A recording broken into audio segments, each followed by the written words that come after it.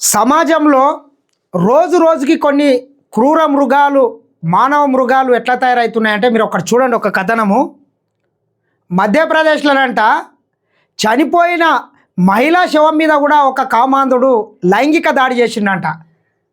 చూడండి ఒకసారి ఎంత దారుణము. మహిళా శవంపై లైంగిక దాడి మధ్యప్రదేశ్ ఆసుపత్రిలో దారుణ ఘటననంట. ఏడాదిన్నర తర్వాత వెలుగులోకి సీసీ ఫుటేజీ ఆధారంగా నిందితుడు అరెస్ట్ అంట. ఏడాది తర్వాత సీసీ ఫుటేజ్ని పరిశీలిస్తే ఈ దారుణమైనటువంటి ఘటన వెలుగులోకి వచ్చిందంట. చూడండి ఎంత దారుణము. దీనంతా కారణం ప్రధానంగా ఏంటంటే రోజు రోజుకి ఈ దేశంలో కావచ్చు వివిధ రాష్ట్రాల్లో యువత అనేటటువంటిది గంజాయి మత్తు పానీయాలకు బానిసలై ఈ రకంగా ప్రవర్తిస్తున్నారని చెప్పొచ్చు. రక్తం తాగే క్రూర మృగాలు సైతం చేయని పనిని ఓ కామాంధుడు చేశాడు. మార్చరీ గదిలోని మహిళా మృతదేహాన్ని లాక్కెళ్లి లైంగిక దాడికి పాల్పడిన దారుణ ఘటన మధ్యప్రదేశ్లో జరిగిందంట. ఈ ఘోరం ఏడాదిన్నర క్రితం జరగ్గా సీసీ ఫుటేజ్ ఆధారంగా ఇటీవల బయటకు వచ్చింది.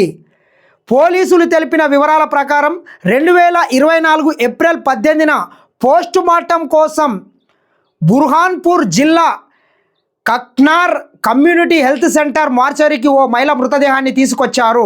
డెడ్ బాడీని స్ట్రక్చర్పై పడుకోబెట్టి వైద్య సిబ్బంది వెళ్ళిపోయారు. నీలేష్ బిలాల అనే యువకుడు రాత్రిపూట ఆసుపత్రిలోకి చొరబడి మార్చరీలోకి ప్రవేశించాడు. స్ట్రక్చర్పై ఉన్న మహిళ మృతదేహాన్ని ఈడ్చుకొని గోడ చాటుకు లాక్కెళ్ళి లైంగిక దాడి చేశాడట.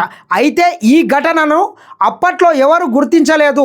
2 రోజుల క్రితం ఆసుపత్రి సిబ్బంది సీసీ ఫుటేజ్ని పరిశీలిస్తుండగా ఏడాదిన్నర క్రితం జరిగిన ఈ దారుణమైన ఘటన వెలుగు చూసింది. షాక్కు గురైన వైద్య సిబ్బంది వెంటనే పోలీసులకు సమాచారం ఇచ్చారు.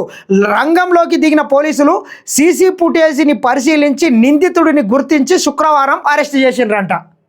చూడండి ఎట్లున్నది. ఇంత దారుణమైనటువంటి ఘటనలు రోజు రోజుకి సమాజంలో ఎక్కడో ఒకటి అసలు సమాజం విస్తుపోయే విధంగా కూడా ఈరోజు ఇటువంటి దారుణాలు అయితే పాల్గొంటున్నారు.